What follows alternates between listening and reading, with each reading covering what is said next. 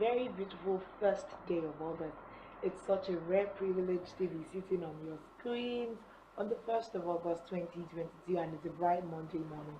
Good morning, my name is Yannick and welcome to Rise and Shine, coming to you live from the very beautiful hills of Ibiakura. Thanks for joining us. Good morning. Good morning, Uyai. And of course, you can say that again, a start of a new month is not just a new day, but also the very first day of the month of August, which is the 8th month in the year 2022. Amazing it is, and we're super thankful to God for making it possible for us to see another day. Good morning and welcome to Rise and Shine. It can only be rise and shine, and I hope you're rising and you're shining to your day.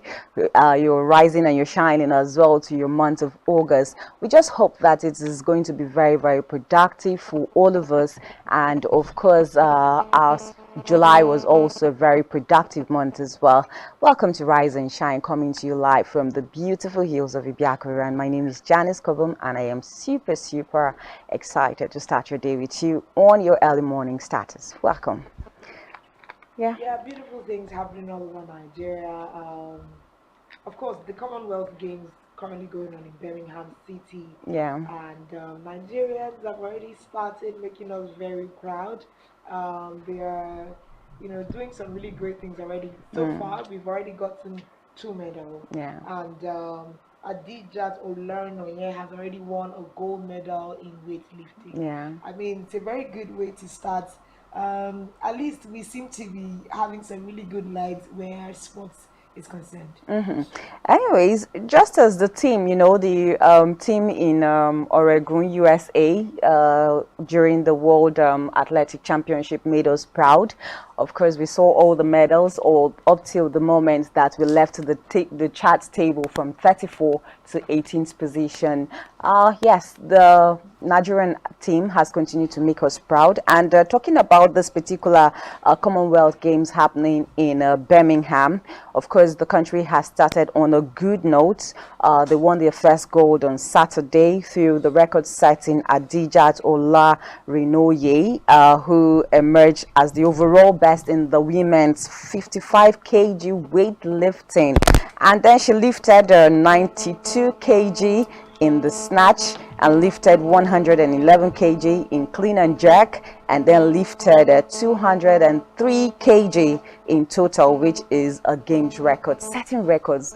As in, women are the ones setting these records for us, and that's what is giving me some bragging rights right now. Well, Edidong Joseph also won for the guys. Okay. He also won weightlifting medal for the guys also. Yeah. So those are the 2 medals we've currently won.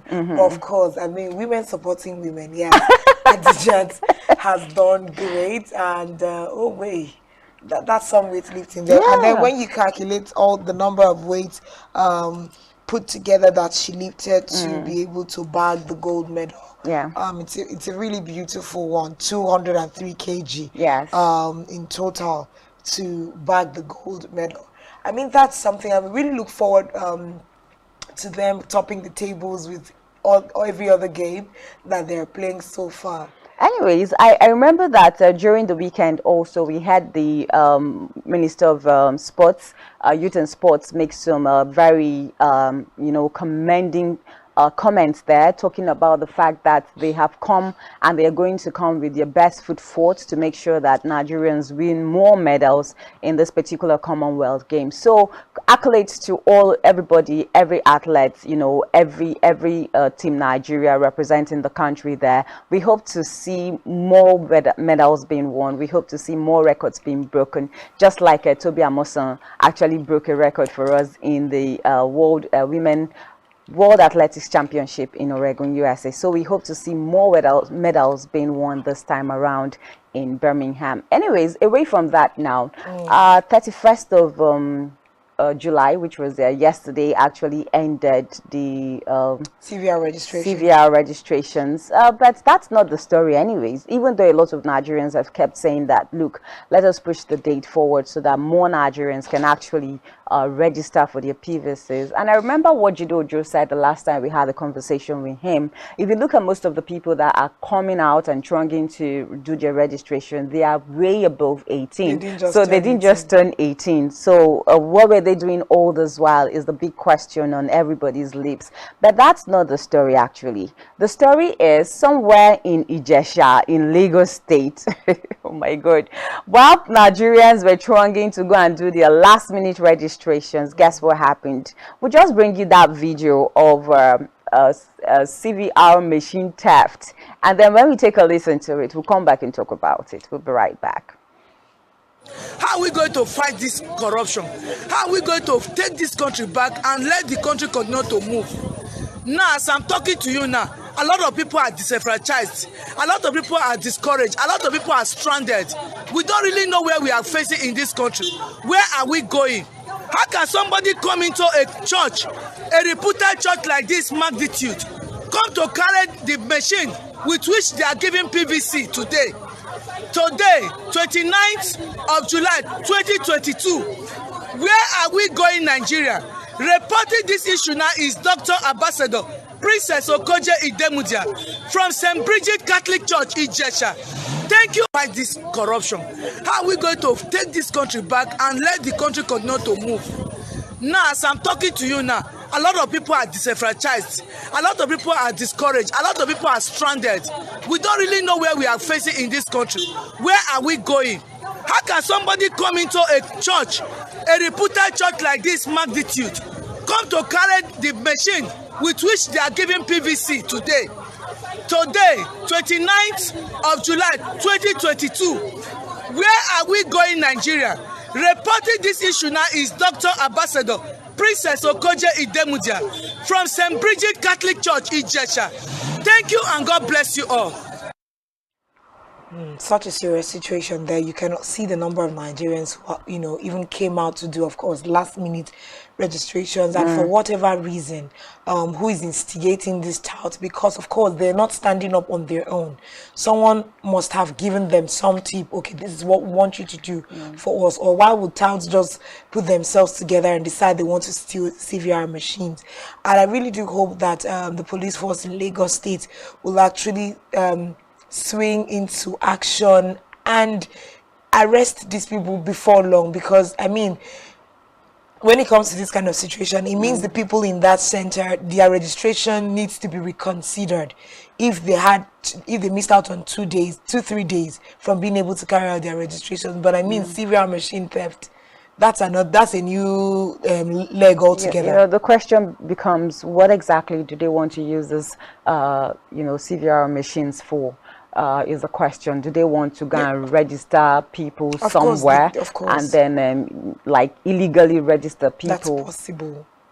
I wonder how possible that is anyway. It's just to get people. There are also people in local governments or places they can repeat their faces, or maybe even attempt to print the already registered cards and use them or something. But it's just it's a whole mess. But the point is this thing is given to you freely, is done openly. So why do you have to steal a CVR machine? Is it that maybe they want to sell it to make some money out of it? Is another question. But again, if they're going to use it to, do some kind of illegal registration, let's not also forget that INEC would definitely fish out multiple registrations at some point. And then also we were told that multiple registrations is criminal as well. So we might just have to see a lot of people being sent behind bars if these things can actually be detected on time. But anyways, I think that a lot of people have been disenfranchised by that singular act there, and we just wonder what the problem is and why somebody would actually go steal a BVC machine actually. Anyways, I think we'll just move away from there now and talk about some of the things happening in the Nollywood industry. 2 days or so ago, we heard that some particular Nollywood actors and actresses were kidnapped. Two prominent Nollywood actors and members of the Actors Guild of Nigeria, Cynthia Okereke and Clemson Cornell, also known as Agbogidi, were kidnapped on Friday. And this has become a trend actually in the Nigerian movie industry. We take our minds back to some years ago, when the likes of Peter Doche, the likes of what's his name now? This guy that acts Clem Ohaneze. Is it Clem? No, not Clem. The guy that acts Osofia. What's his name now? Nkemowo, yes. Nkemowo was also kidnapped. And at the end of the day, large sums of monies were given as ransom, to this particular act. So just a few days ago, on Friday precisely, another two Nollywood actors were kidnapped, Cynthia Okereke and Clemson Cornell. Anyways, we'll be having a conversation now with the president of Actors Guild of Nigeria in the person of Emeka Rollers. We'll have him on virtually this morning to tell us exactly what the situation at hand is. Good morning, sir. Okay, I think we're still trying to connect with him, but that's the situation on ground anyways, the abduction of two Nollywood actors in Nigeria. Yeah, it's reported that they were actually allegedly abducted on their way off a movie set. And I mean, this is a problem. Of course, these two names are veteran names in the industry. They've been there for the longest time. Okay, hello, good morning, sir. Hello, good morning. Good morning. Can you hear me? Good to have you here. Thank you. Can you hear me? Yes, we can hear you loud and clear. Good morning, Emeka Rollers. Emeka Rollers is President, Actors Guild of Nigeria. Many thanks for joining us this morning. Thank you.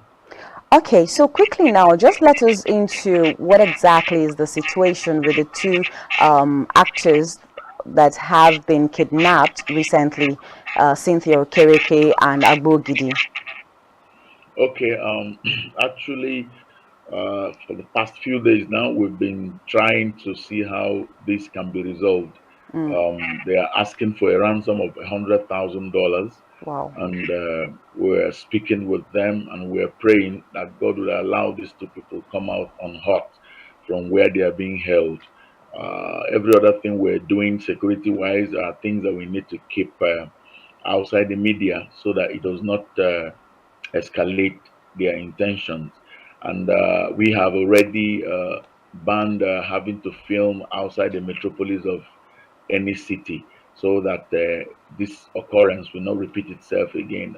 We are just praying that God will soften the heart of these abductors so they can release them, without even asking for ransom. Okay, so when you say that you're trying to make sure that this doesn't happen again, this is not the first time it is happening. We know that the likes of Peter Doche had one time been kidnapped. The likes of Osofia now, Nkemowo had one time been kidnapped, and other people also in the Nollywood industry. So what would you say is the safety of the Nollywood actors and actresses in Nigeria today? Okay, like this one, in the recent past, there's the high level of insecurity in the country, as it were. And when Peter Doche and Kemowo were kidnapped, was long ago. I wasn't in this administration then. But now we have found out that we cannot stop this completely because of the high level of insecurity, but taking caution will also help, because this particular film that they were involved that led to their kidnap, if the film was shot within the metropolis of Enugu, I'm sure they wouldn't have exposed themselves. And it wasn't as if they were a target. It was just that maybe it was hard luck for both of them, because that route that we eventually found out that route is a very dangerous route for these kidnappers, because that's the same route where one of our Nollywood personality, a movie director, Afamo Kereke, was kidnapped, I think last year, and it was the same route where the Methodist bishop was also kidnapped, and they collected a ransom of 100 million. So the place is quite dangerous, as it were. So one of the things I said we were doing at the present time is to ensure that even while actors are filming, they must have security with them to ensure that they are at least a little bit secured, you know. Then even if they are filming within the metropolis, they should be able to have a level of security so that people can say that okay, these ones are secured. We will have to struggle to pick these ones up. But when they look very vulnerable, like these two were just driving home from Ozala Axis, and then somewhere along the line they got kidnapped. I'm very sure from the way we are speaking with them, they didn't know the people they took until they got to their hideout. Okay, then another thing is if there's a particular route like that that is posing a lot of security threats, what is the government of the day doing about this to make sure that they fish out the perpetrators? Because it could happen to anybody, and just like you said, it's not the first time. This place is already known for being a very notorious route. Sure, for us, we cannot speak for government. I didn't know that this was the same route. It was just preliminary investigation, while this was going on, and our own part is to inform the government that, from our own understanding, that this route is a particular dangerous route. So Mm. it's left for the government to do something. Okay, sir. So beyond what the Actors Guild of Nigeria is doing to secure the release of the veteran actors, has the guild been able to reach out to the government, and has the government, given any positive response in regards to how they will, come in between and help the whole process of getting the actors out safely? Yes, we have reached out to the government, and originally government will not tell you they pay ransom, but for us, we are doing our best to see what we can do. That's the much I can tell you. But we have informed everybody who needs to be informed, government-wise, security-wise, and all of that. So it's left for them to do what they want to do. Okay, sir.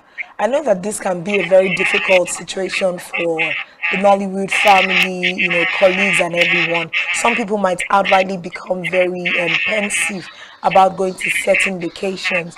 So how would you say that the Nollywood family is currently taking it? I mean, on the heels of recently losing Adame, which the industry is still trying to grapple with, and now a kidnap of two other Nollywood actors. How would you say that the Nollywood family is faring at this time? For us is a time of sober reflection, because in the last 1 month we've been going from one place to another, and well, we have to look unto God on all of this, as it were, because we are not the causes of any of this. Some of these things are natural, as it were, and we must keep on moving. I'm advising our members to be very wary of any film right now that is going out of the metropolis. Even the ones they are filming within the metropolis, once they notice that they are going to somewhere where it looks deserted, or a place that looks very dry of human beings, they should immediately begin to protest and say, look, we can't go film this area. Everywhere in the country is hot, this period. I've been talking with the families of the two kidnapped persons. Every evening, we have a virtual meeting to assure them that something is going on, and we are doing a whole lot too. The wife of Agbogidi, I've been speaking with her, and then the wife of the son of Cynthia and the husband. We've been talking. It's really a devastating time for the family and for us also in Nollywood. And all our members, they are not relenting in doing whatever they can do in their capacity to see how they can help. They have been very, very prayerful. They've been making little contributions. People have shown concern that because nobody knows who is next, as it were. Okay, another question I would like to ask you, a little bit away from, the kidnap issue and, of course, the loss of Adame. There was a press release recently by the IGP, and he's saying that he's frowning at the demeaning manner in which movie makers and skit makers portray the police institution in their movies, and of course using the police uniform without recourse to the provisions of section 251 of the criminal code law. What can you say about this particular press release, and how will this affect Nollywood moving forward now? Okay, I saw that press release, and in the last few months, we've been having a very strong interface with the IGP through the first PPRO, and we've been discussing on how some of these things. The at Nollywood, actually, a lot of people work without understanding the way it is.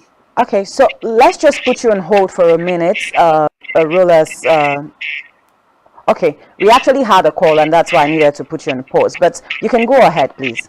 Okay, in the last few months, we've been having an interface with the IGP through the office of the first PRO. And now that this press release is here, actually, because of the ignorance of a lot of practitioners, they do not know what the law says about using some materials of security agencies.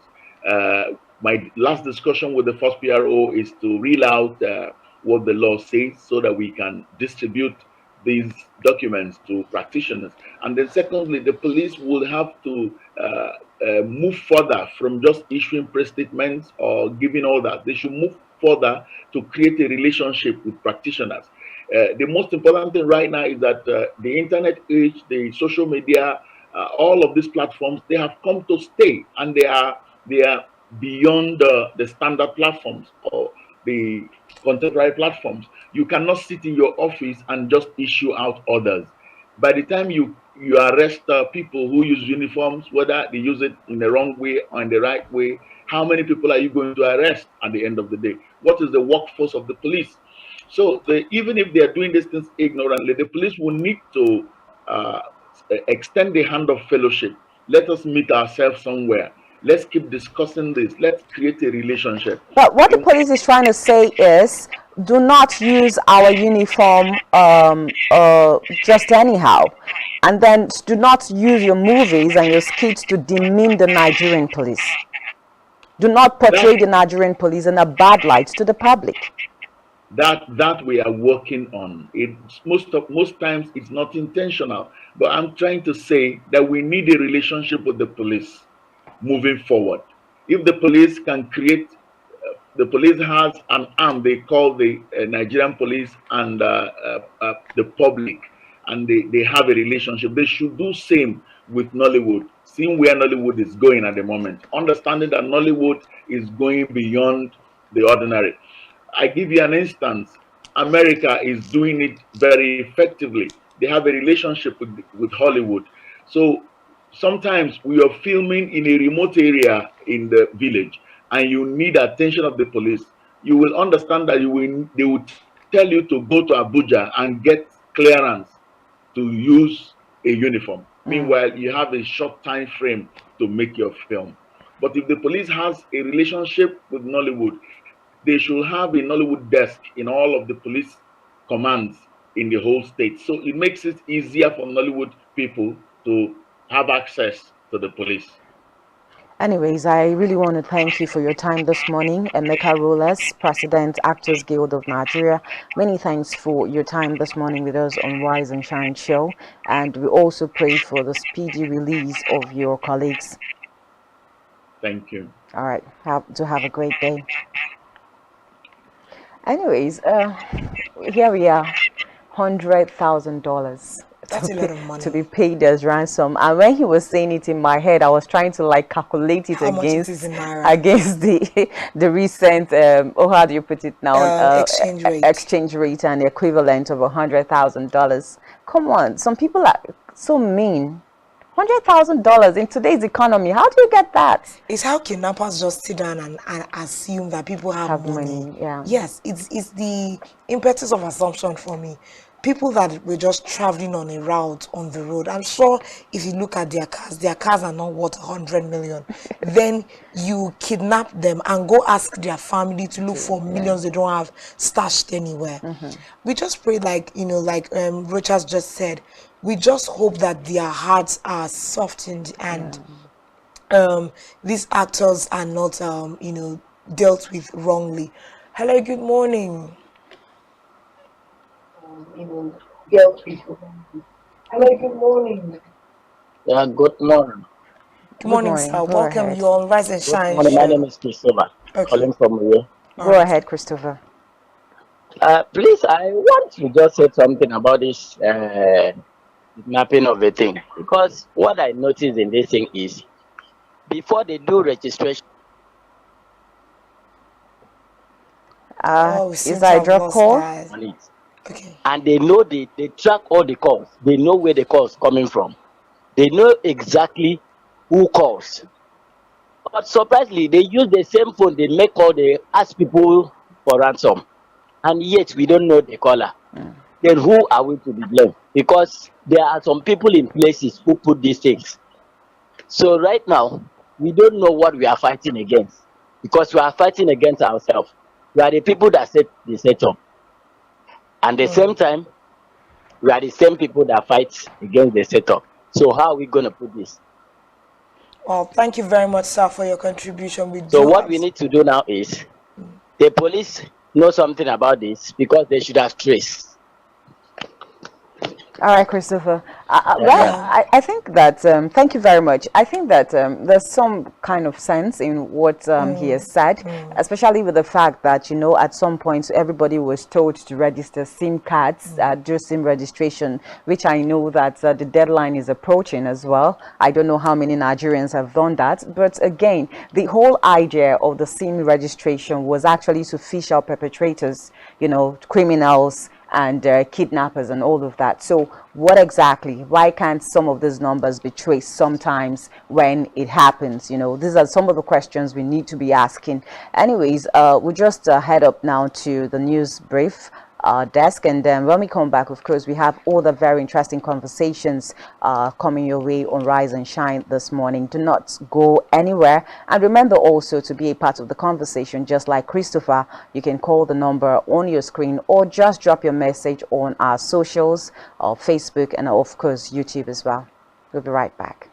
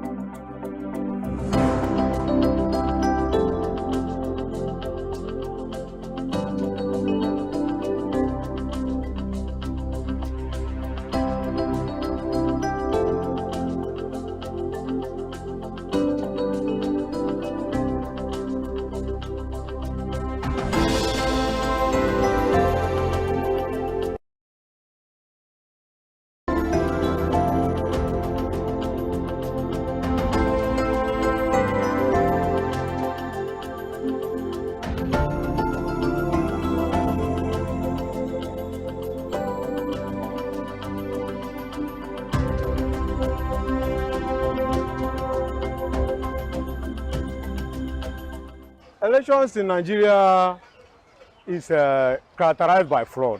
It is not pure election because of the way they conduct it. The elect new bid aspirants, but for those, there are some of them that will not. I would say definitely, I wouldn't want them to come back definitely to power. Join us on Akwa Ibom Decides every Saturday and Sunday by 3 p.m. each day, exclusive to Spectrum Television, as we take on the aspirants set to lead you. As of government, Secretary General, delegates. This was the voting for Spectrum TV to improve 45 seats to counting.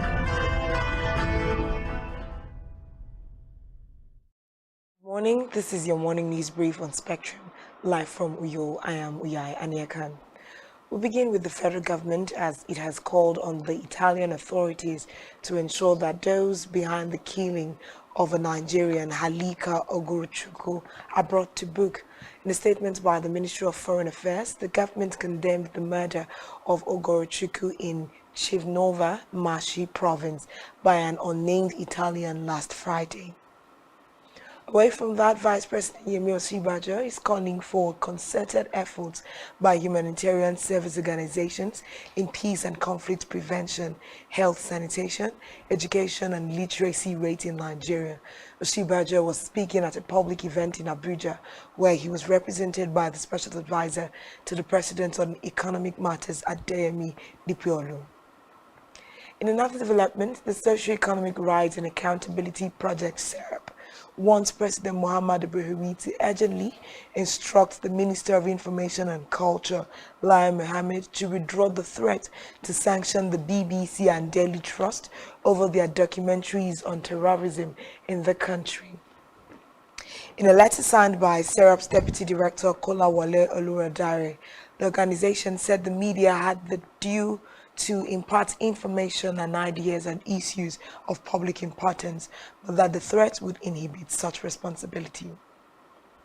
On security, Nigeria Air Force is concluding arrangement for the establishment of an aircraft manufacturing plant in Osogbo, the Osun State capital, as part of an effort to develop and expand the nation's aviation sector.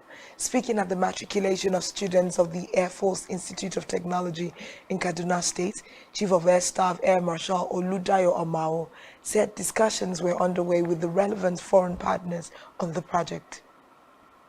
Away from that, Inspector General of Police Usman Baba has ordered the arrest and immediate prosecution of movie producers, skit makers and other individuals found using the police uniform without proper authorization.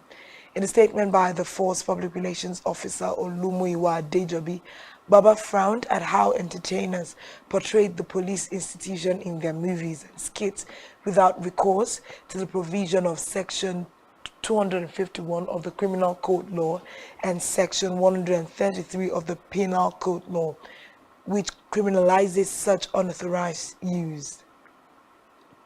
On the foreign scene, U.S. House of Representatives Speaker Nancy Pelosi has begun a tour of 4 Asian countries amid speculation she might visit Taiwan, the self-ruled island claimed by China. In a press release, Pelosi's office said she was leading a congressional delegation to the Indo-Pacific region, including visits to Singapore, Malaysia, South Korea, and Japan. In sports, Folashade Lawal has won Nigeria's second gold medal and set a new Commonwealth Games record of 206 kilograms in the women's 59-kilogram weightlifting event in Birmingham, the United Kingdom. Also at the Games, another Nigerian weightlifter, Edidion Mofia, clinched a bronze medal in the men's 67-kilogram category yesterday. We'll have details of these stories and more in our news at 12.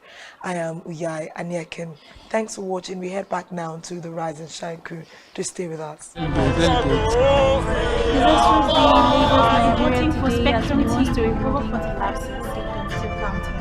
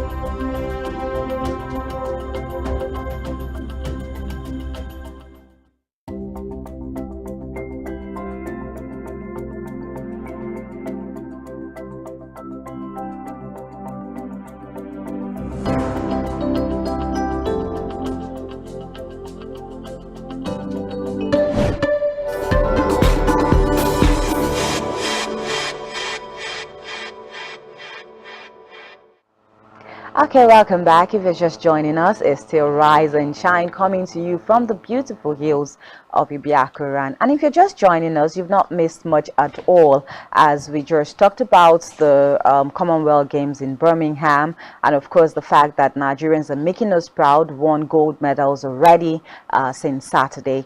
And again, we went away from there and talked about the fact that the CVR machine was actually stolen from a particular church in Ijesha in Lagos State, and depriving a lot of people of, being registered there for their PVCs. And away from that, we also touched on the fact that 2 Nollywood actors have been kidnapped, and we had a very intense interview with the president of the Nigerian Actors Guild, Emeka Rollers. He was on the show virtually to talk to us about that particular development, and we just hope that the release of these 2 actors are speedily granted by the abductors. Anyways, we're still talking about, trying to wrap up that particular conversation now. The fact that the IGP has sent out a press release asking that skit makers, movie makers do not portray the police department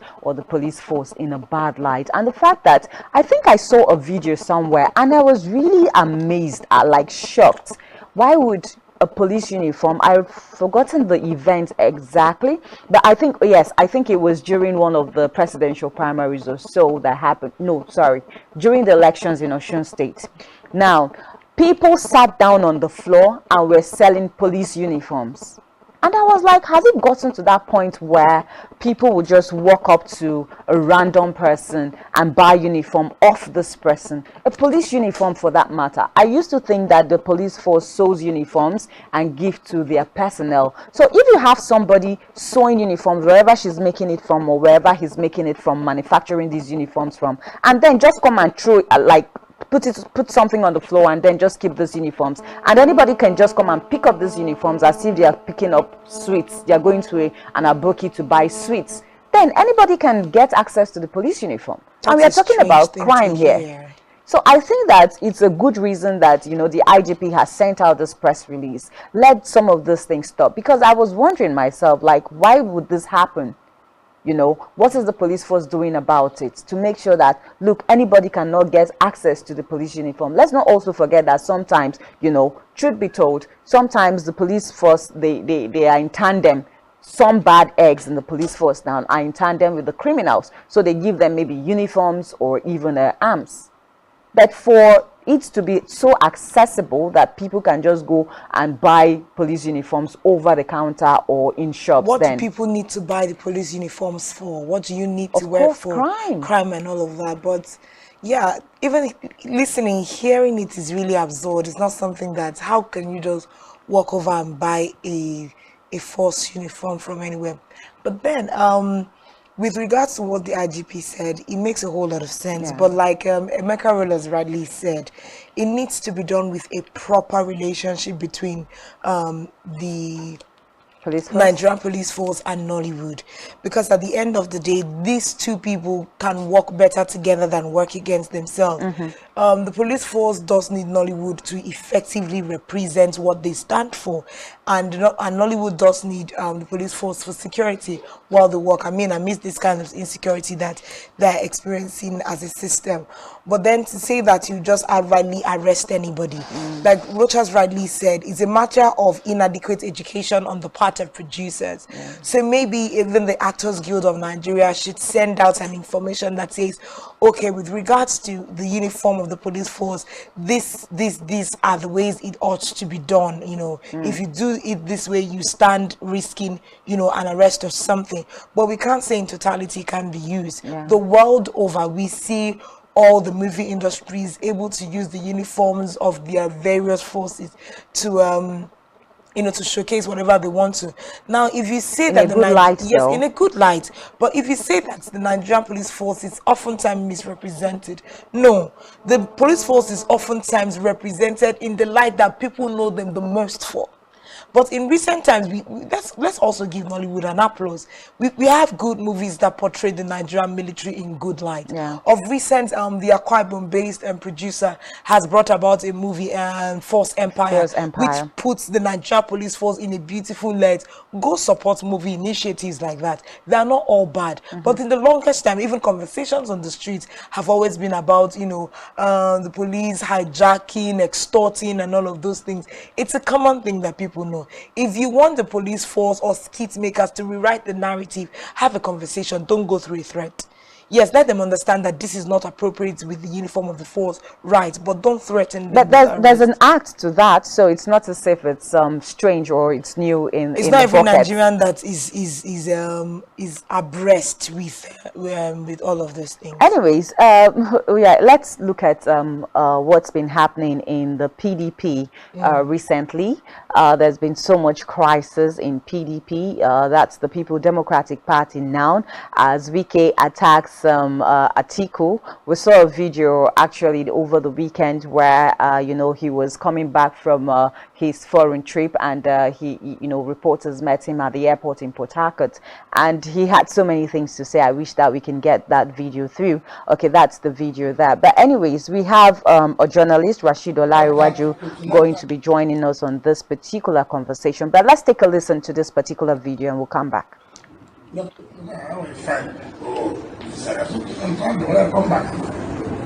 So let everybody, since after 29th, 30th of May, not one person has come to talk to me. Forget about hiring journalists, press, media people like Ruben Abati, or the former chief press secretary to the president. Sometimes when you read or hear what he says, you need to wonder where we headed to. No one investigating journalism. Something like that happening. People just stay so one place, compose stories, say all kinds of things they want to say. But like I said, I remain silent. But I can't continue to remain silent. Nigerians must know what happened.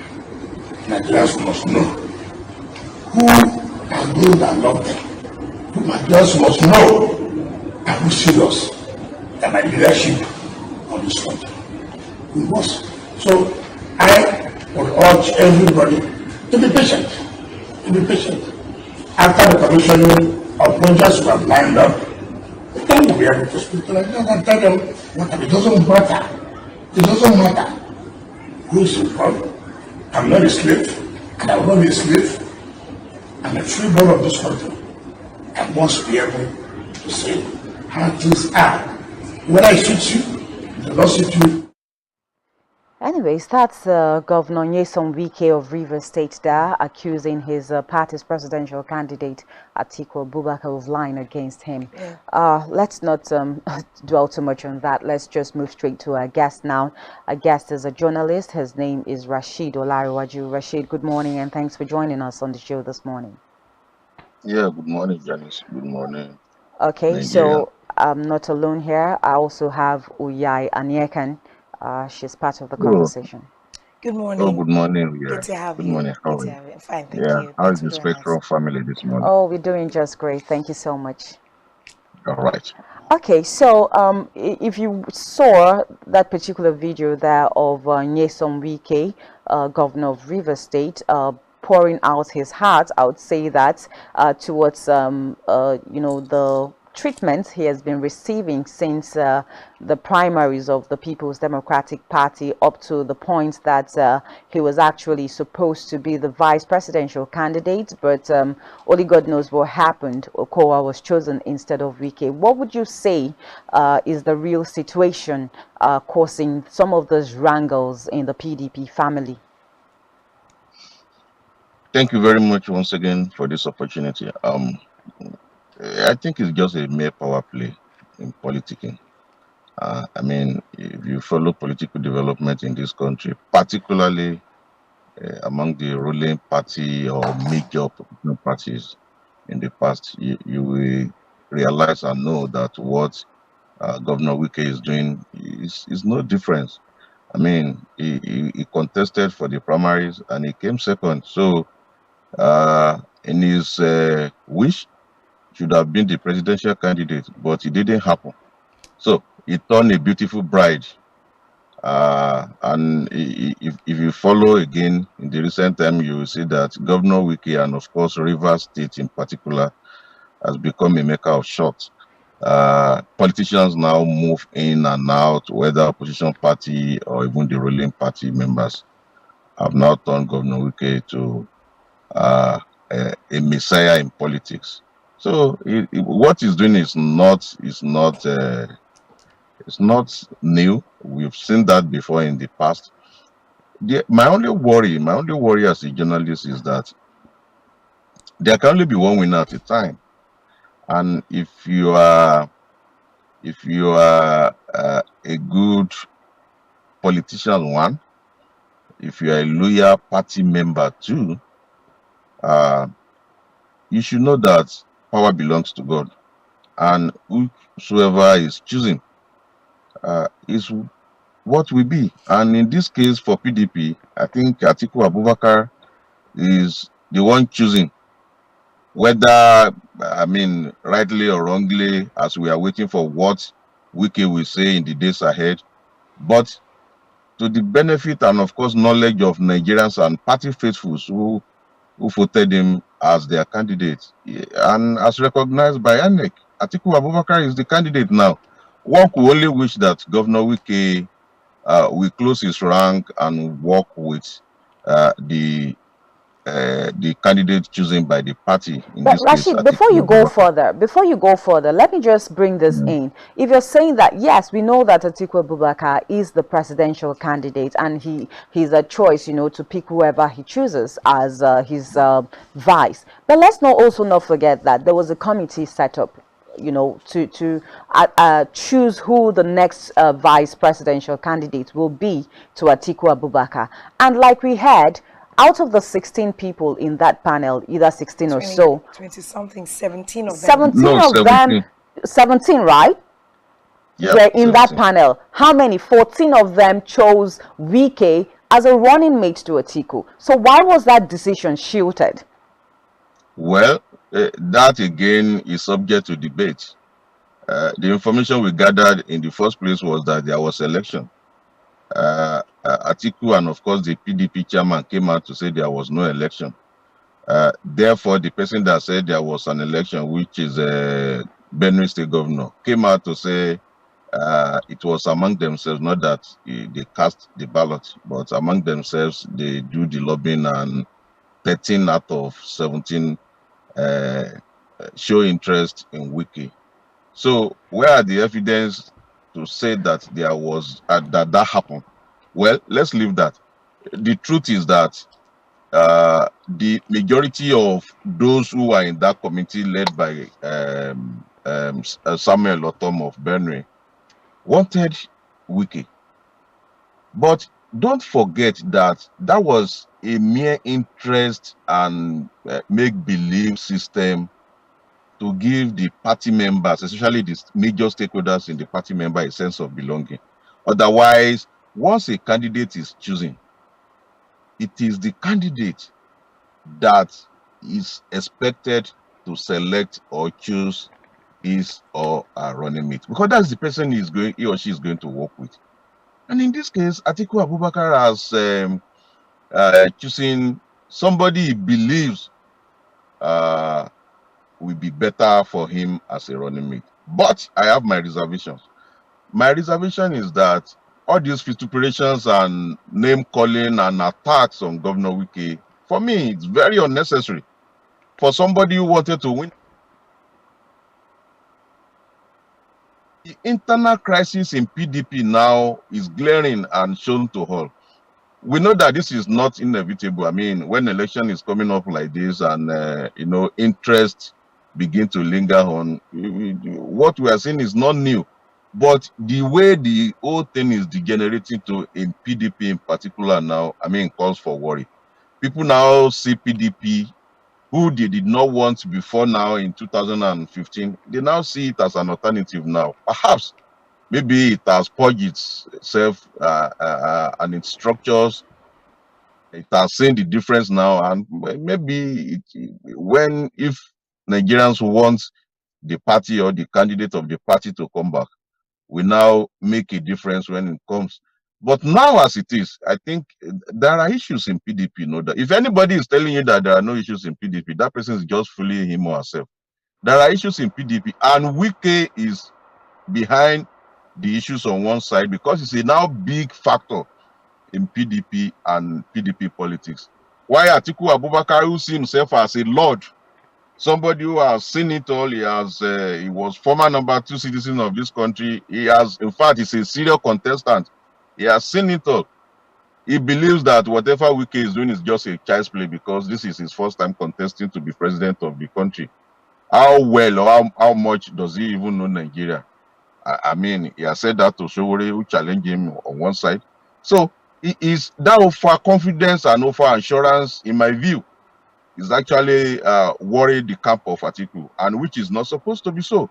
No matter the situation, Atiku Abubakar supposed to close rank with Wike as he visited all of them after the primary. So also he's supposed to set up a panel or constitute a committee to begin to navigate and move across the country from one place or the other in ensuring that all those who are aggrieved, don't forget that it's not Wike alone.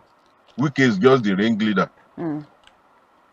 Wike is just the ringleader. There are others. There are others who are sympathizers of Wike. I give you some name. Governor of Oyo State. Governor of Oyo State is even leading the Southwest Caucus. So what's his name? Seyi Makinde is there in the Southwest, and you cannot win election if the Southwest Western state is not in alliance with what you are doing. I mean, Abia State Governor is allegedly to be one of them. Enugu again, Samuel Otom, and there are a few other ones in the north who cannot come out, but they are sympathizers of Wike, but they couldn't come out because of the another agenda. So that can only translate during election based on what they will say. So I'm of the view that Atiku Abubakar and his people should be able to come together and close ranks. He shouldn't be seeing himself as too heavy and too high up there if he wants to win the election.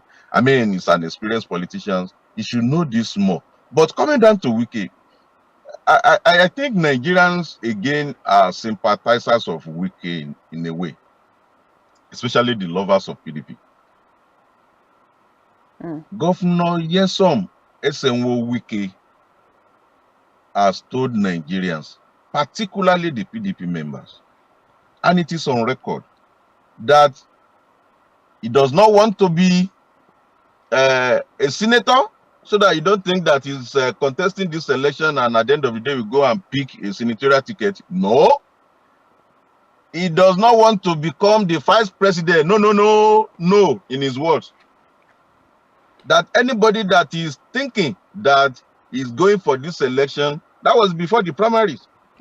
He was going for this election to become the vice presidential candidate is just a wishful thinking. I'm quoting him now, verbatim, of those who are thinking like that. But there's an argument that was just for campaign reasons. No. There is nothing. See, and that is where we got it wrong in this part of the climb. Whatever you say you see, in Nigeria, we say politicians lies, and we believe them hook, line, and sinker with their lies. As a journalist, we're supposed to even be taking these people. I expect that by now, what the media, the electronic media, even the print media, even the online media, what they should have been doing is to analyze some of the past statements of Governor Wike with respect to the presidency ticket of presidential ticket of People's Democratic Party. But none of our people are doing that now because they are sympathizing with him. They felt that since he became the second runner-up in that election, ordinarily with his capacity and sagacity, he should have been the candidate. I mean, the running mate of Atiku, because in their saying, some of those who are sympathizers of Wike is a fearless person, and going into this election as an opposition party, they needed someone who is fearless. somebody who can garner votes in the southern part of the country. Okay, but if I follow your Somebody, conversation, very right, there is no stipulation that necessitates him to be picked as vice presidential candidate, although he was the second runner-up. It sounds more like the flag bearer is free to pick anyone he decides to pick as running mate. Would that be correct? very correct. That is the expectations of once you become a candidate, it is the candidate that has that free will. There is no law that says that, but that has been the rudiment from time. It is the candidate that has that right to choose his running mate.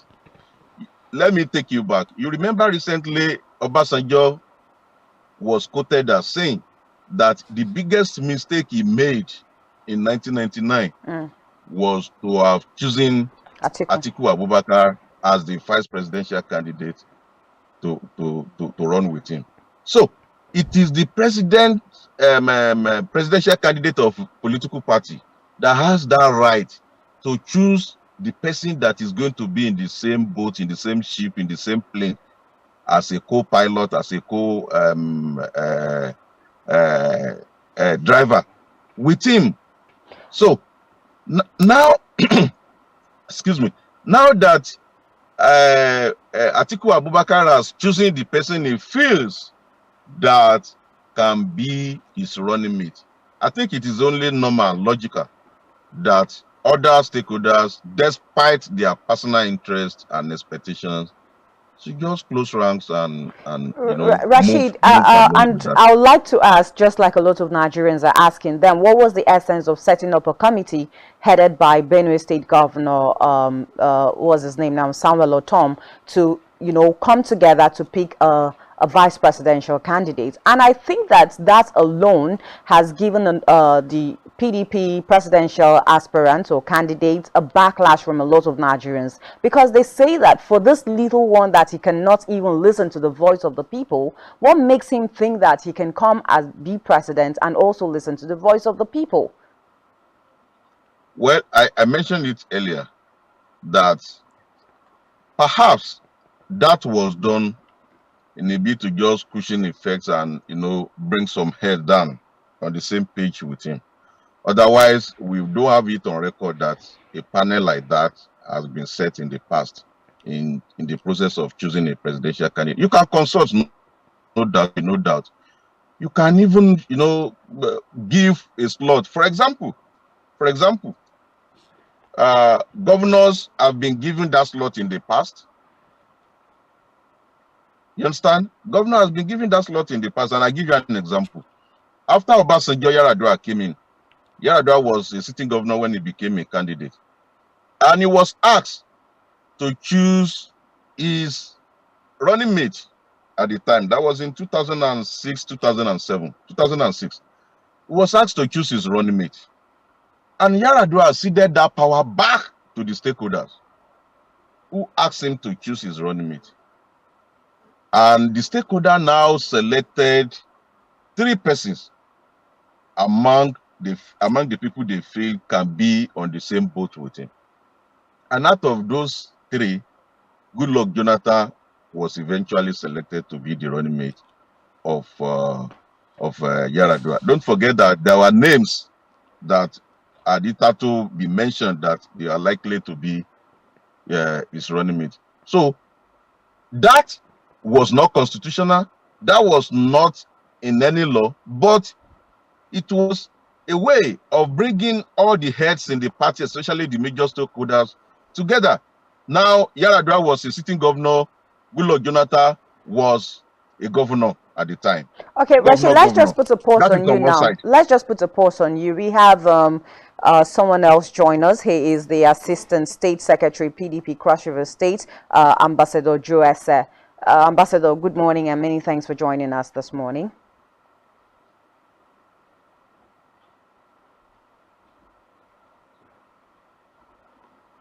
Okay, so while we're trying to sort that out, good morning, sir, and thanks for joining us.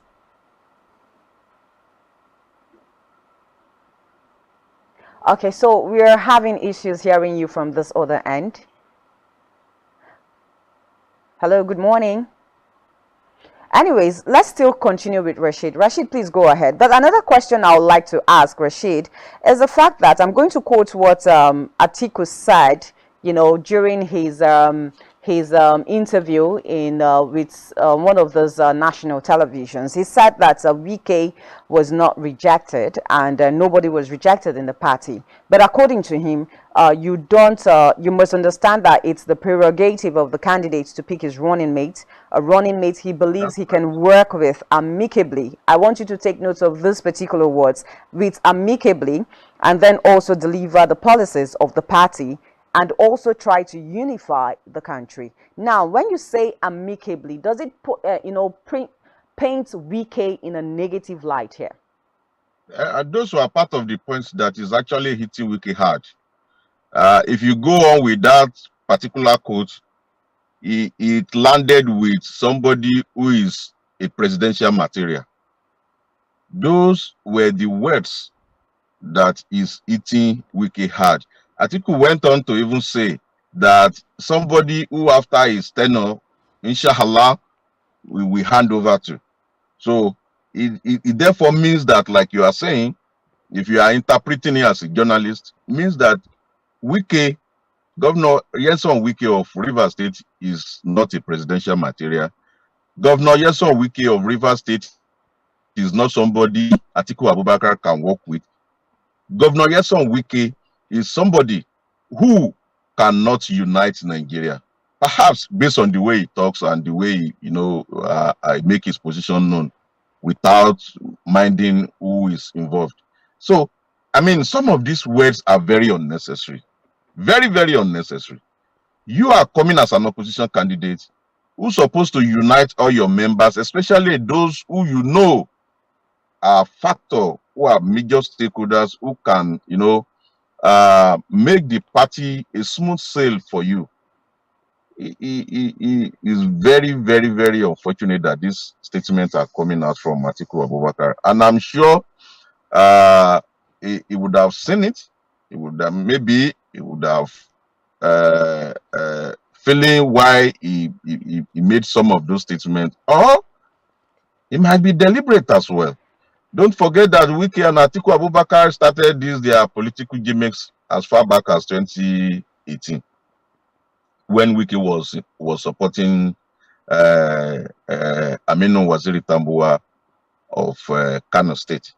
So Wike did everything in ensuring that convention was conducted in Port Harcourt, even though the camp of Atiku and other PDP stakeholders wanted it in Abuja, but he insisted that it will be in Port Harcourt. Wike was one of the famous, if not the famous, PDP member at the time, PDP Rashid, governors at the time. Rashid, we'd like to hear from Ambassador Joyce. Sponsoring the party. We'd like to hear from Ambassador Joyce. Thank you very much, Rashid. We'll just put a hold on you there. We'd like to hear from Ambassador Joyce. He's just joining us now. He's the Assistant State Secretary, PDP Cross River State.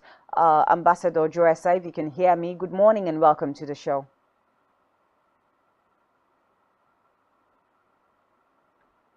Okay, so I think we still have issues trying to get his audio. Yes, with his audio over here. Good morning. Can you hear us? Yes, he can hear us. He can hear us, but we can't hear him.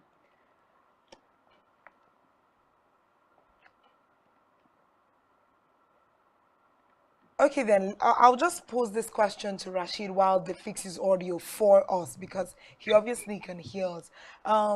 With regards to Governor Nyesom Wike's controversy, we know that after the primaries was done and the flag bearer was announced, he seemed to have been, like he said, having a lot of visitors coming to River State to see him and all. And at some point, there were some speculations of him being poached to the ruling All Progressives party to team up with Bola Tinubu. Do you think that although he had come out to dismiss, any such possibility, do you think that that's something that Nyesom Wike could actually do? And do you think that it would have worked against the People's Democratic Party in any way? Well, in politics, nothing cannot. Is there anything that can't happen in politics, especially from this climb? Absolutely nothing.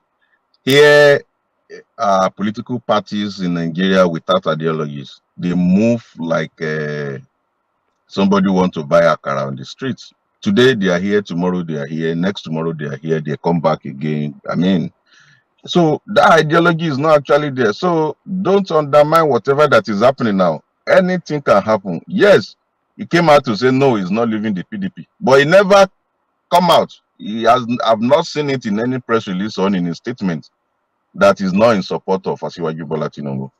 So I think we can need to come out too that okay, there are speculations that you are supporting Asiwaju, you are going to support Asiwaju Bola Tinubu.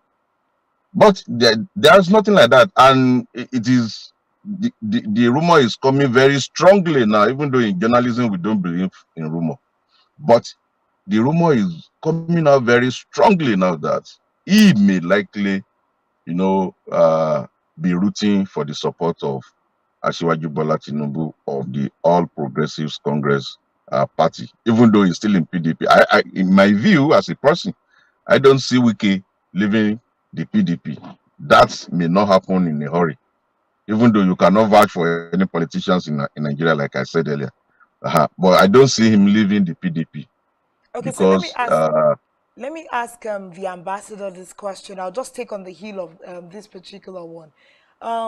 This ideology of moving from one party to the other, do you believe that it is something that is fighting the democratic system of Nigeria? Something that in recent times we've heard of the conversations of structure. Do you think poaching from one party back and forth is something that is affecting the democratic architecture of Nigeria? Tracy.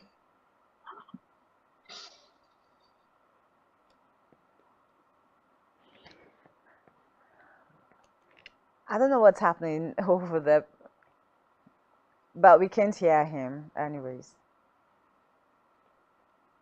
Okay. I think we just have to come back still to Rashid. Rashid, please just go on with what you're saying while we try to fix that issue that trying to get Ambassador Joyce to join us.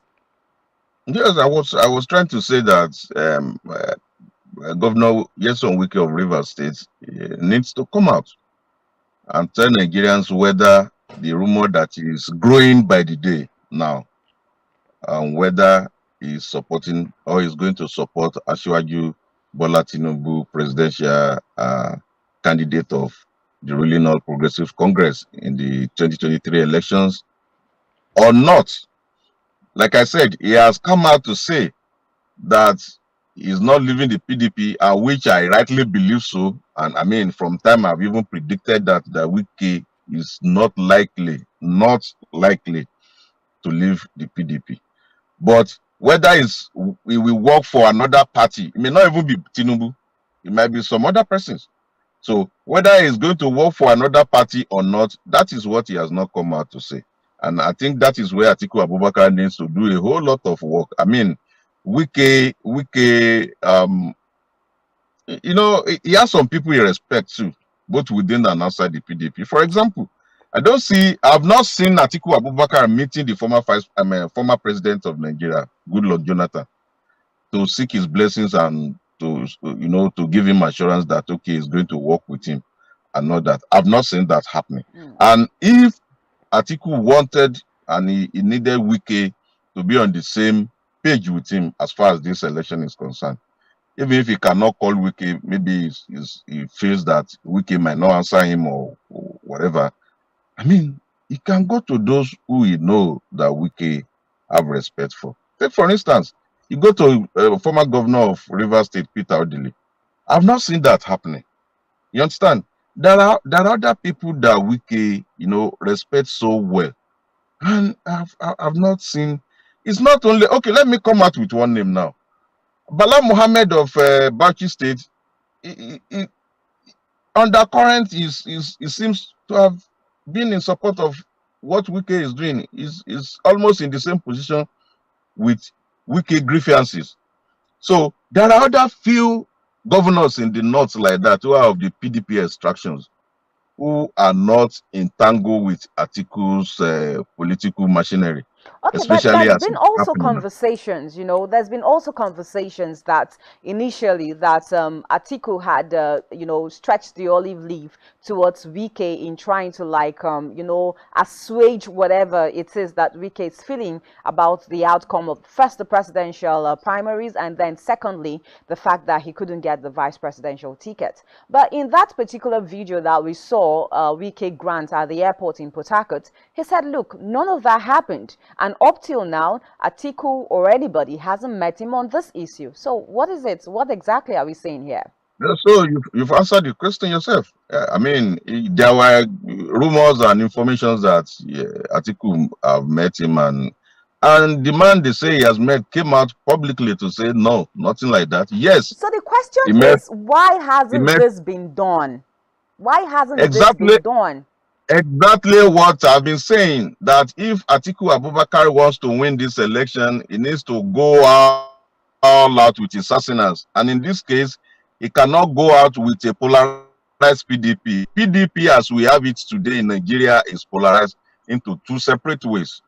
Don't let anybody deceive you. Atiku Abubakar and his machineries for elections are on one side. Governor Nyesom Wike from the southern part, and of course some few northern elements are on the other side. So you see, don't deceive you, Janice and Ivia. Governor Nyesom Wike is very, very bitter. Very, very bitter.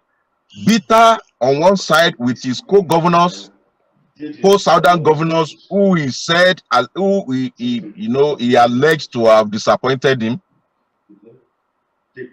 That is on one side.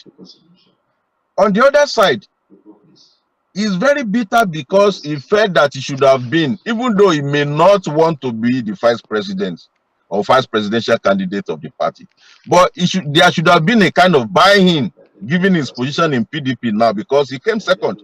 You can't undermine that.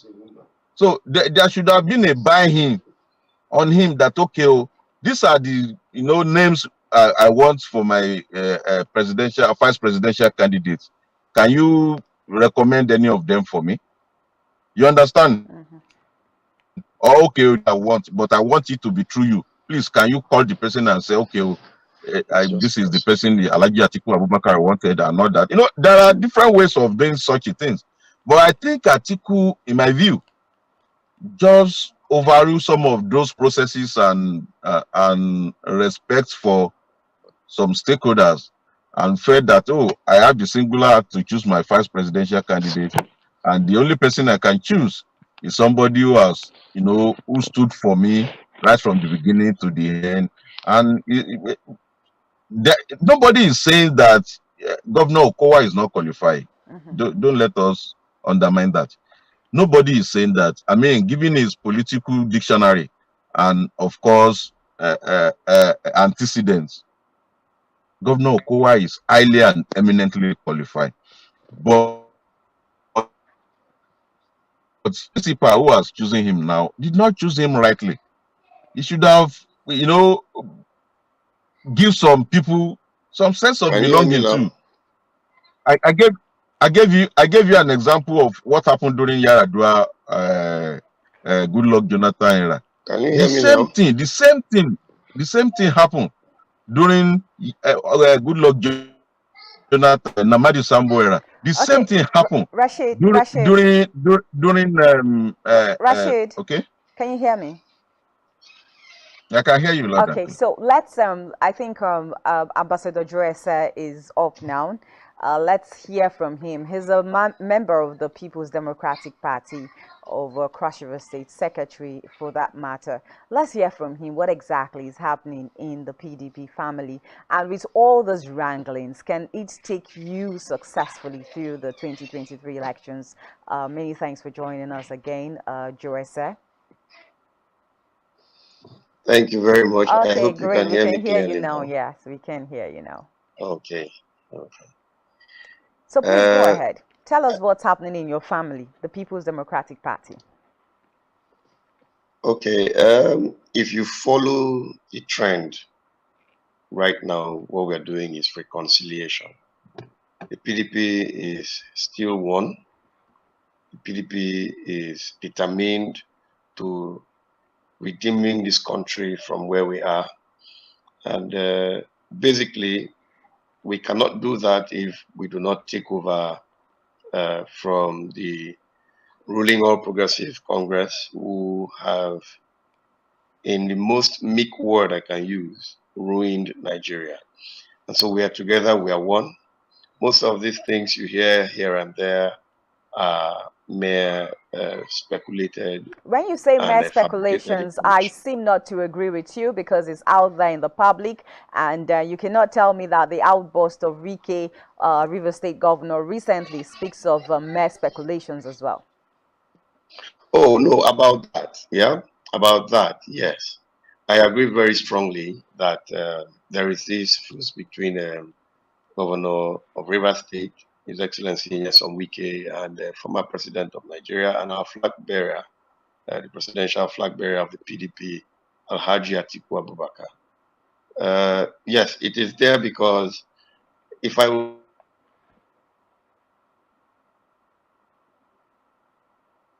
Okay, I think there is a glitch with his network. Okay, I think there is a glitch there. Okay, so can you hear me? you're trying to like sort out Can you hear network me? issues there with Ambassador Dresse.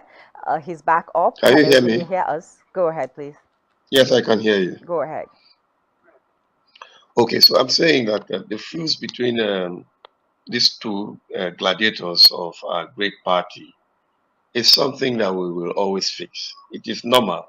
Do not forget that Governor Nyesom Wike was the closest to Alhaji Atiku Abubakar, who eventually is our flag bearer.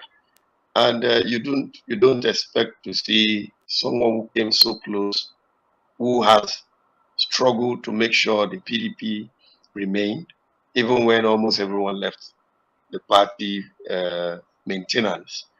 And he kept the party afloat. And after the election, when he saw the result, he felt betrayed by his best friend, Governor Tambua.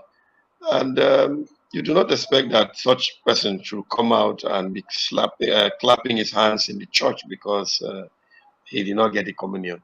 Obviously, that is normal. It's an internal crisis, and we have the best mechanism of resolving internal Okay, issues. so let me just ask this very quickly now. Up till this point in time, the party has not been able to resolve whatever issues, you know, is unfolding from the side of Wike and the presidential candidate, Atiku Abubakar. So how will this take you to the 2023 elections?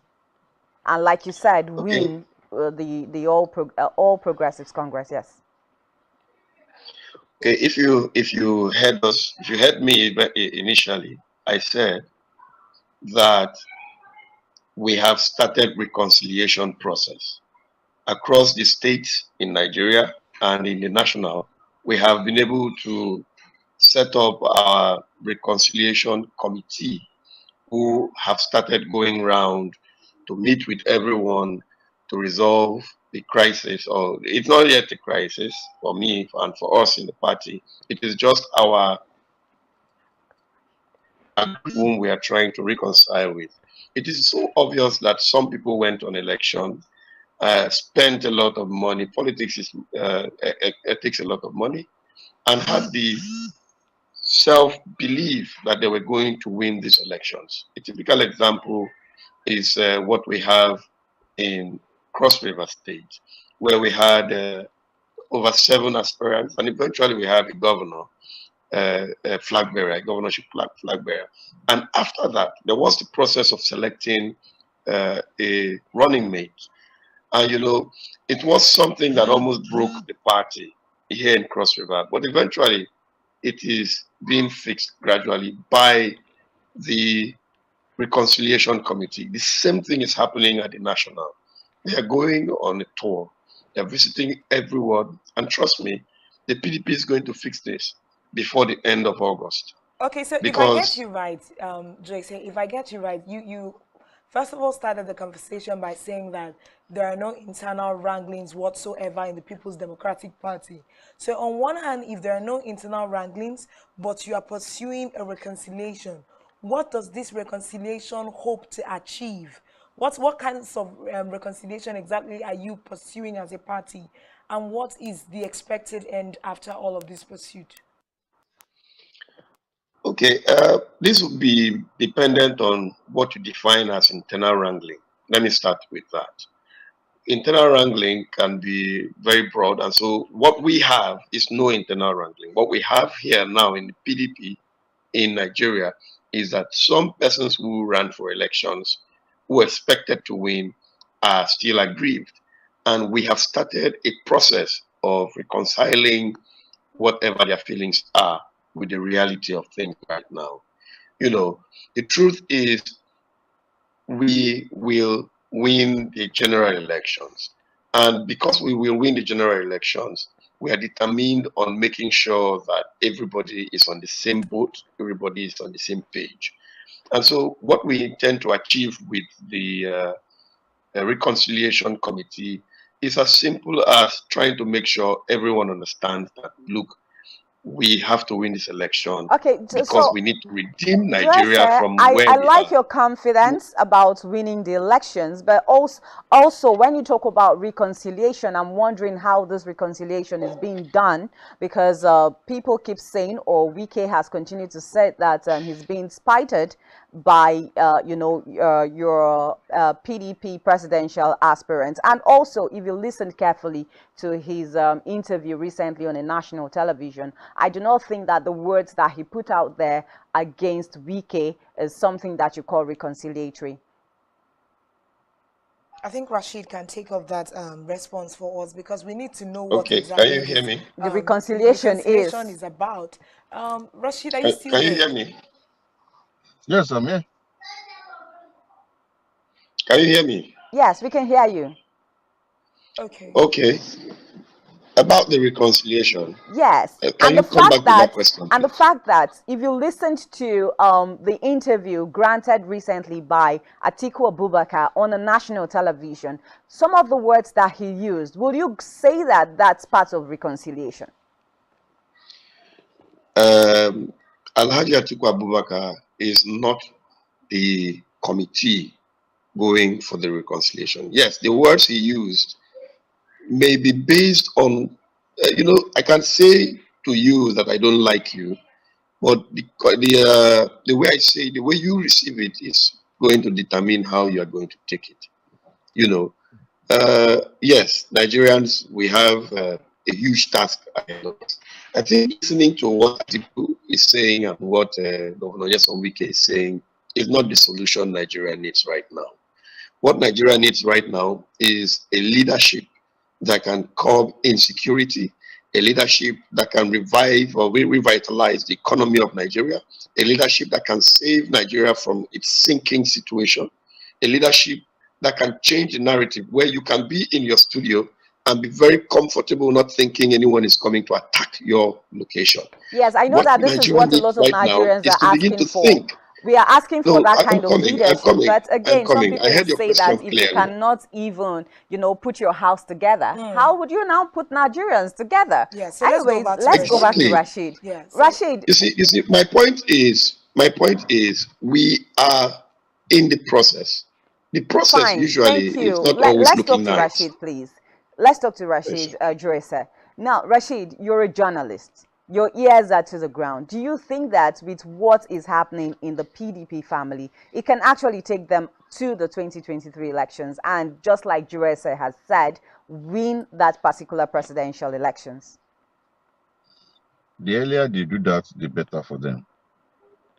And whatever Joe is saying, he's a politician, and definitely he cannot come and talk down. Not only a politician, is an executive member of the People's Democratic Party. So he cannot come out and be talking down on his party. It's unheard of. So, but yeah, I understand some things he was trying to say. My view as a journalist, the earlier the PDP, put its house together, the better. And whatever they are saying, Wike is a factor. Don't let anybody deceive you.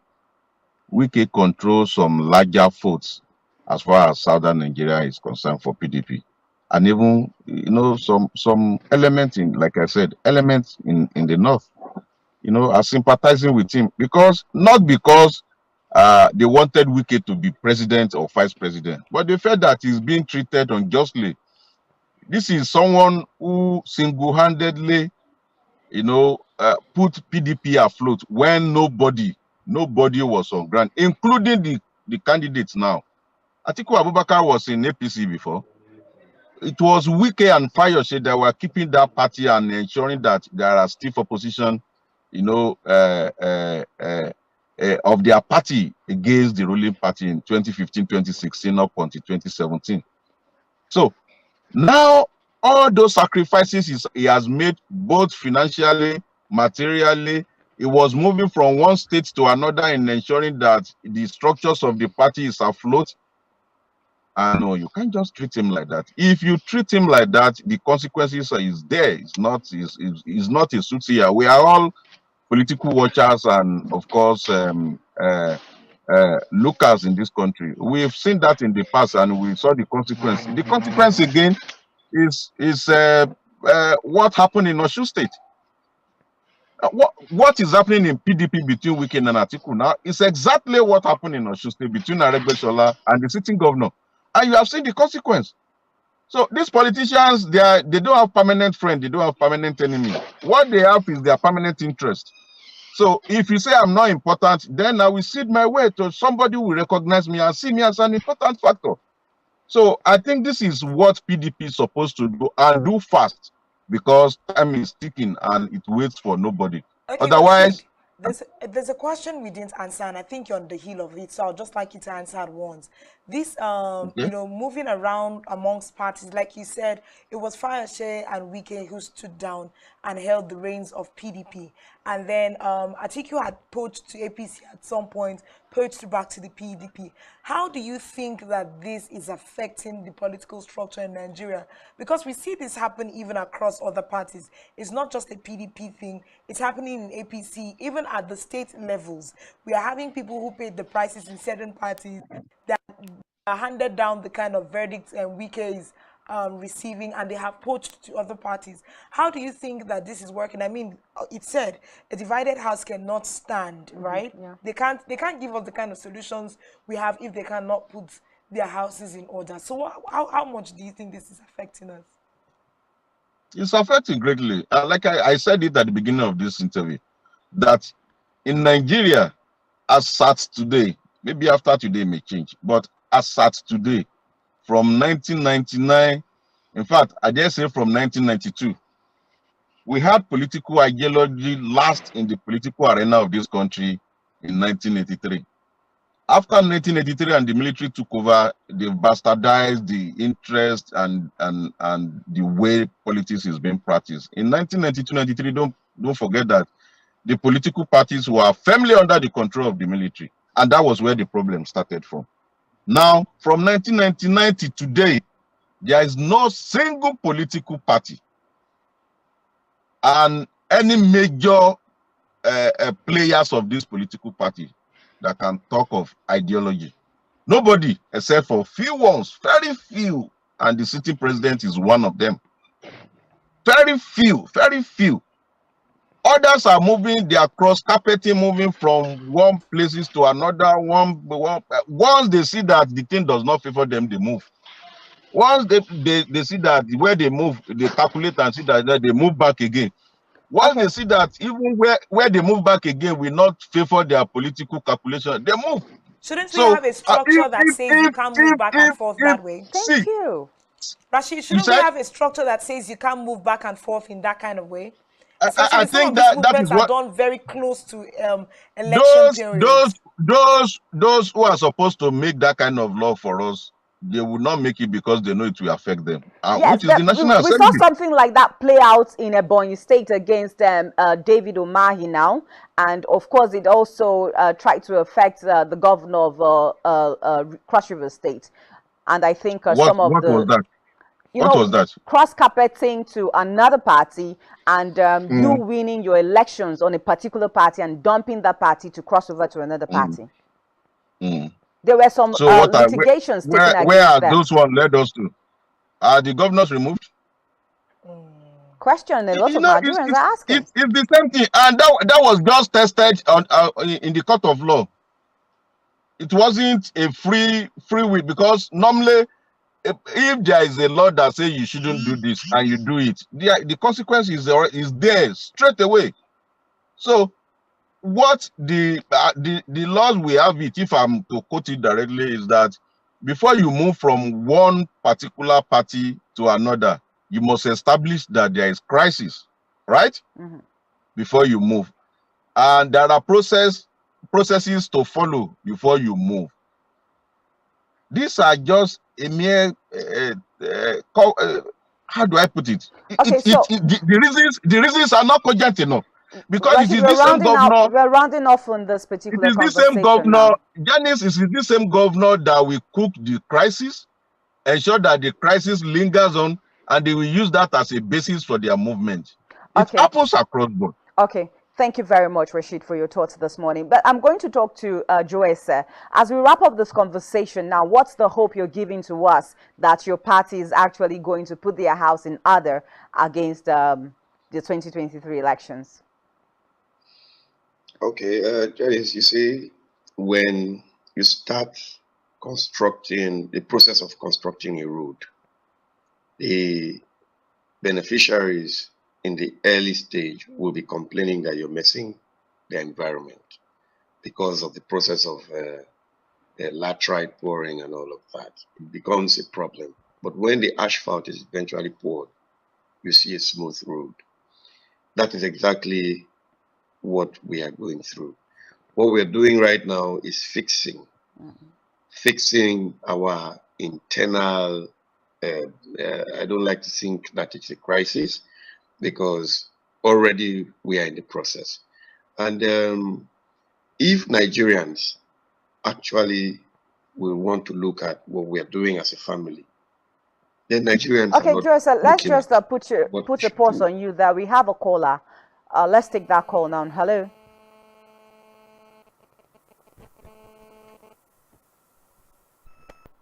If the call is not working, please let him just wrap up his thoughts. Please just wrap up your thoughts while we end this conversation. Thank you. Okay, I'll very gladly.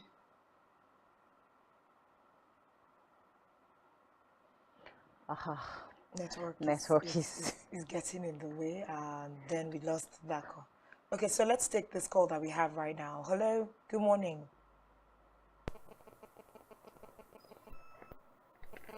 Nigeria is Hello, good morning. You're live on Spectrum Television. Can we know your name, where you're calling from? Okay. Okay. We lost that call. Yeah.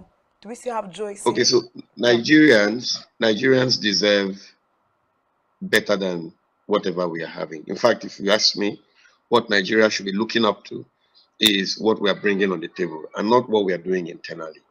Our internal issues are things that we will handle. There is no home without any small misunderstandings. That's what it is. But always look at what we are bringing to the table. Nigerians are going to get the best, because in the issues of what we did before as a party, we have been really criticized. And so we have gone back to look at our books and said, come, here and there we did not do well. Now we have to give Nigerians what they want. That was why in 2019, we came out to apologize to Nigerians and say, forgive us for all that we had done wrong. Even when the PDP, All Progressive Congress at the time, led by Comrade Adams Oshomole, was saying, come and your sin is forgiven for just being a member. We were saying, oh, we have realized our mistakes, and so we're giving you a better option. Nigerians right now. Think about what we're doing internally. Those things are there. It is even worse in the APC. It is even worse in the APC. So, and even in other political parties, you can see the crisis between Labour Congress, Nigeria Labour Congress, and the Labour Party. These things are everywhere. But we are saying, forget what we're going through. We are fixing it already. All right, I think at this point, this is where we'd like to wrap up the conversation, and we must say a very big thank you to both our guests who joined us from Calabar, Joyce, who is the Secretary of the People's Democratic Party in Cross River State, and we had Rashid also join us from Calabar also, and we've had a very, very robust conversation and very revealing ones, we must say, from both of them this morning. Thank you very much, Rashid, for being on the show this morning. It is my pleasure, yeah. Thank you, Janice. All right, Thank you, thank you, Spectrum. thank you, Joyce, for joining us. Have a great day, you both. Janice, thank you for having us. All right, so right. that's great conversation. We might have liked to stretch it on, but time never leaves us. Yeah. Of course, as the conversations progress in these parties, we can always have them back to, tell us how they do not have inner wranglings, but they have reconciliation to pursue. No, the point is, I think I want to agree a little bit with Joyce.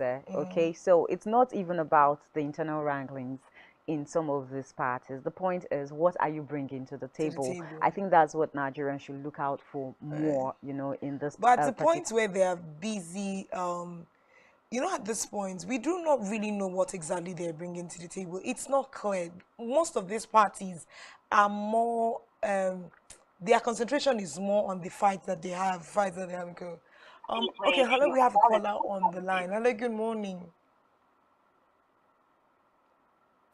Hello, good morning. Okay, so a lot of people trying to join us on this particular conversation. If you cannot get through to us, just drop a message. I think that message will be read out here, and of course your contributions will be heard as well.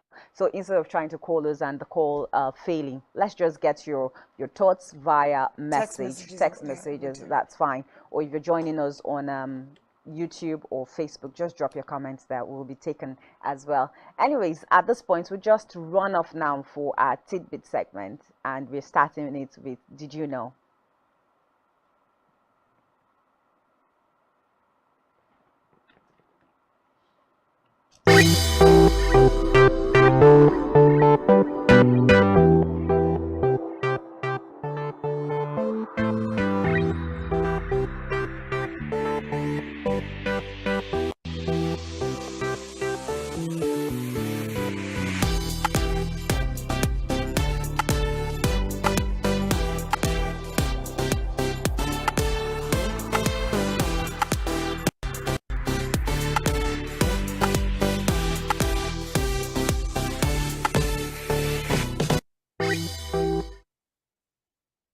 The ones that shed skin, they are the animals that shed skin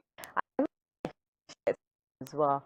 And overall lifetime, you have to shed 112 pounds skin. So maybe you use soap. I know sometimes there's a kind of soap you use and then your skin peels, but shed skin never.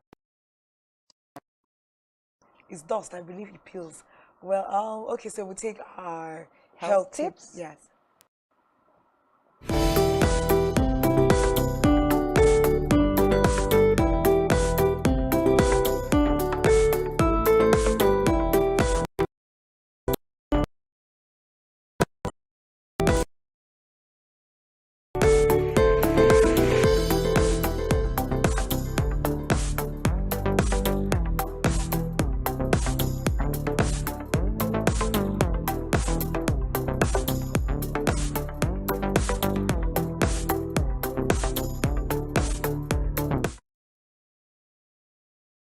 Cars, planes, everything else gets routine check. You should do that for yourself.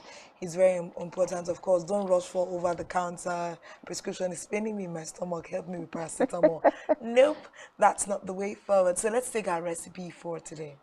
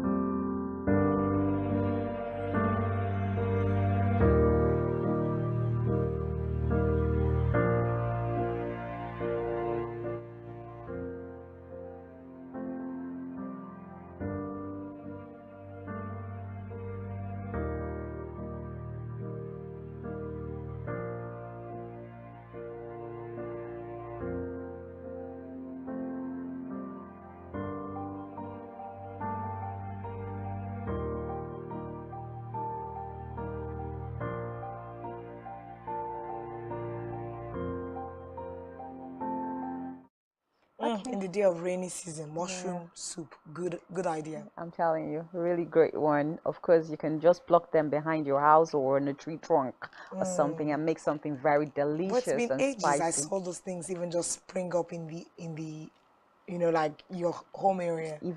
Evolving. Evo- eh, Climate change is affecting the Climate growth of change. mushrooms on their own. All right, then. So let's take our quote of the day, and that's how we round off the show today.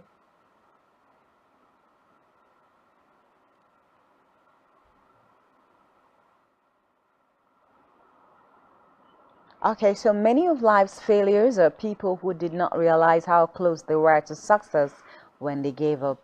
Thomas A. Edison. Wow, really nice quote there. Many of life's failures are people who did not realize how close they were to success when they gave up. Great quote though, yeah. Yeah.